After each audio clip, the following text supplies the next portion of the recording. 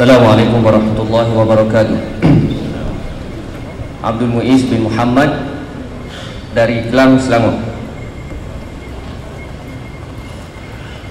Sidang hadirin Timbalan Pengurusi Tetap, Ustaz Nasruddin Tontawi, Ketua Pemuda PAS Malaysia, hadirin yang dimuliakan Allah Subhanahu wa taala sekalian. Pertamanya, saya ingin tegaskan saya menyokong 100% dengan usul ini.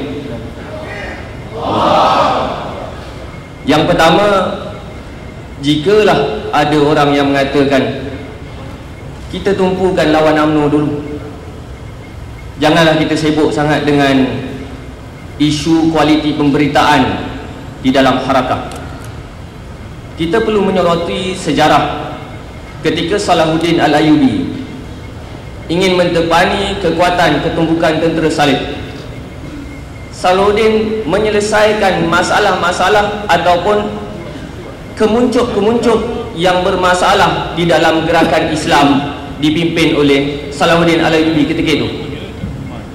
Setelah Syiah diruntuhkan ataupun didepani, diselesaikan masalah ataupun masalah-masalah pengaruh-pengaruh yang menyeleweng daripada Islam, barulah Salahuddin Al-Ayyubi dapat memfokuskan meruntuhkan kekuatan tentera salib ketika itu.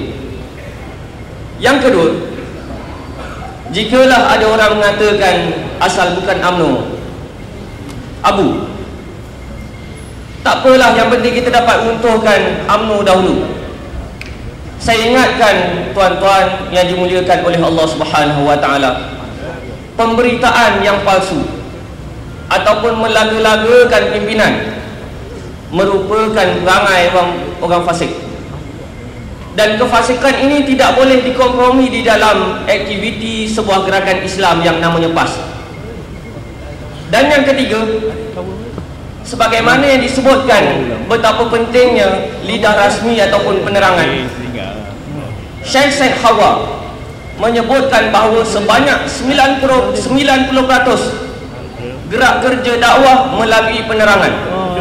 Sekiranya jentera penerangan kita rosak, bagaimana kita dapat meneruskan kerja sebagai sebuah gerakan Islam?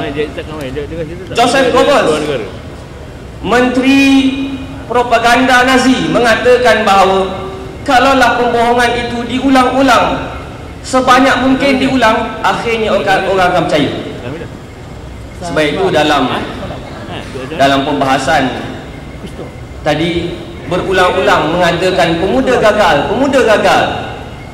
KP gagal, Ketua Pemuda gagal, diulang-ulang, akhirnya satu Malaysia akan menganggap pemuda akan gagal. Itu betapa berbisanya perang saraf yang dianjurkan oleh golongan-golongan yang menyebarkan berita yang salah. 1 minit lagi. Begitu juga di dalam kita menyebutkan zaman sekarang zaman perang pemikiran, yang mana senjata perang pemikiran merupakan media. Kita mengatakan bahawa utusan berita harian menyebarkan berita yang salah, dan kita tidak mahu media kita juga melaga-lagakan pimpinan dan menyebarkan berita yang salah, bahkan mempromosi pemikiran yang syirik kepada Allah Subhanahu wa taala.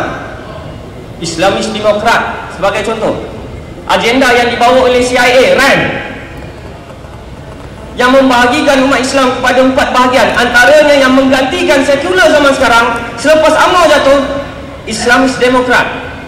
Orang yang membawa agenda Islamis Demokrat dilobi di dalam harakah antaranya. Begitu juga candu walak. Karl Marx mengatakan agama merupakan candu. Segan nak kata agama ni candu, sebut walak adalah candu. Ini merupakan benda-benda yang kita berhadapan kemuncup yang sangat berbahaya.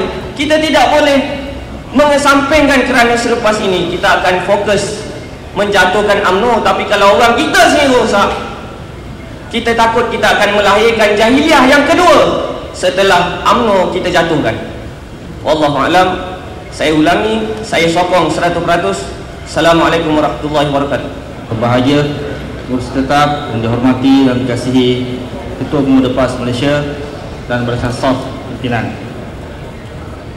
Saya Saharudin Zaini daripada Dewan Pemuda PAS Kawasan Putrajaya menyokong untuk usul ini diterima dan diteruskan.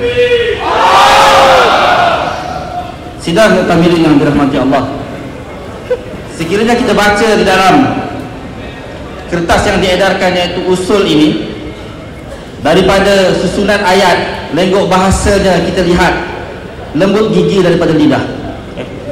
Alhamdulillah, setelah perbahasan perbentangan daripada Ketua Pemuda PAS Wilayah Persekutuan yang juga Ketua Pemuda saya sayang dia, kita nampak prinsip, kita nampak fakta. Sebagai menjawab kepada penolakan usul tadi, fakta sudah dibentangkan. Yang kedua, pada saya, sekiranya kita takut untuk menerima teguran daripada kesalahan dan kegagalan kita mengurus sesuatu perkara, maka samalah kita seperti mana dakwaan-dakwaan musuh-musuh kita di luar sana, seolah-olah kita ni sama seperti pimpinan Ayatullah, tak boleh kena tegur. Walaupun Harakah mempunyai struktur organisasi yang teratur, tetapi mereka masih berada dalam golongan manusia yang tidak lepas daripada kesalahan, kesilapan, alpa daripada perkara-perkara yang mereka lakukan. Jadi inilah gunanya muktamar, untuk kita berikan teguran.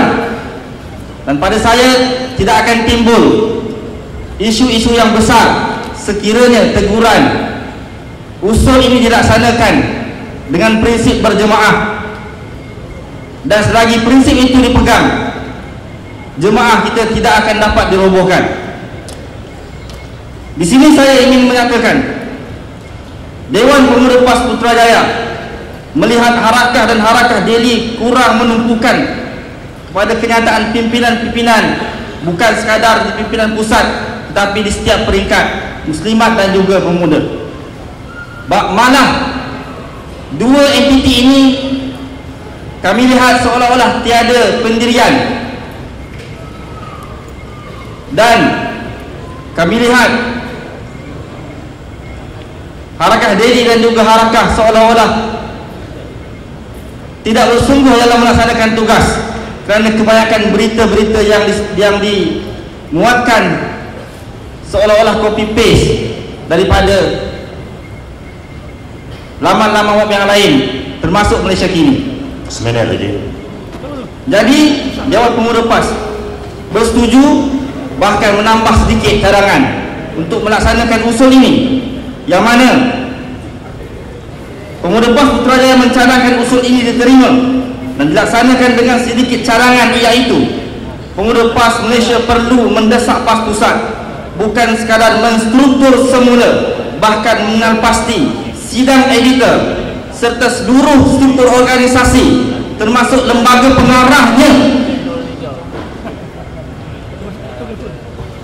yang kurang berperanan, tidak efisien, tidak proaktif, sekiranya perlu diambil tindakan sehingga tahap terpaksa melucutkan mereka daripada jawatan tersebut.